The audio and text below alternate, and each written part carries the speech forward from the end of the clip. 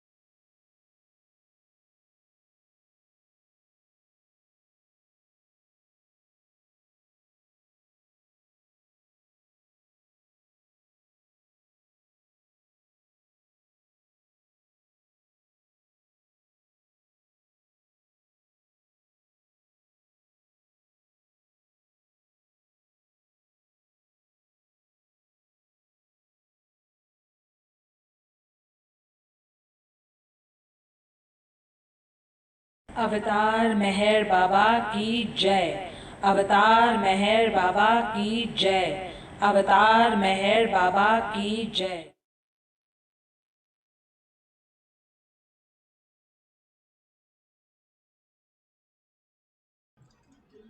We'll all unmute and say 3 times Avatar Meher Baba Ki Jai. Avatar Meher Baba Ki Jai.